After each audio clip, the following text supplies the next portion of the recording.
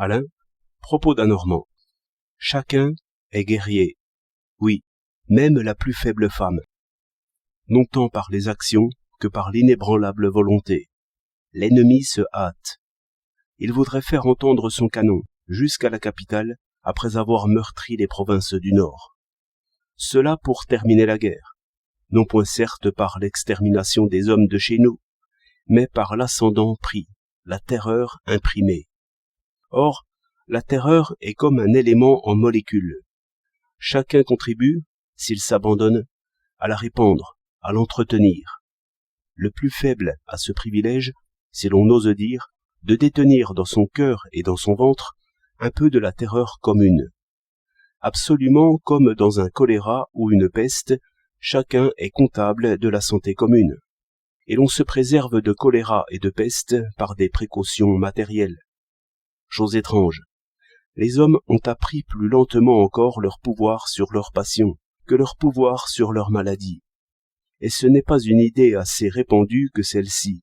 C'est que, par le geste, par l'attitude, par l'affirmation, par une bonne conduite des arguments, par une lutte contre les mauvais jeux d'imagination, on triomphe des sentiments violents plus aisément qu'on ne croit.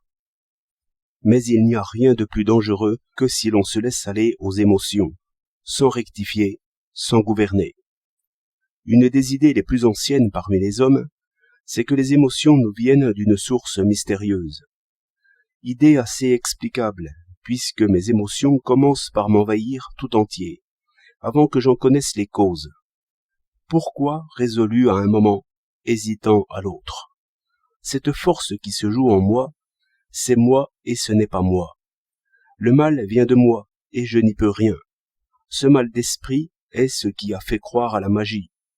Et chacun, pour se délivrer de la tristesse ou du désespoir, commence par implorer quelque chose, et souvent sont semblables, par cette expérience que l'humeur d'autrui fait beaucoup sur le nôtre.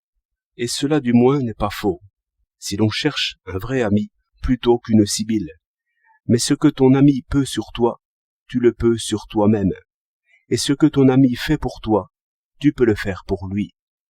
Veillons donc sur notre jugement d'abord, et que personne ne cherche sa force hors de lui. L'espérance n'est point hors de nous, dans ce qui arrive, car, si cela était, on manquerait donc d'espérance dans le moment qu'il en faudrait. Jeu de dupe, si l'on croit cela. L'espérance est de volonté, portée par volonté, à bras tendus. Que chacun de ceux qui attendent rassemble donc toutes ses forces comme une armée. Ne regardez point si les gouvernants tiennent bon, mais soutenez-les et portez-les. Leur force est de nous tous. 1er septembre 1914.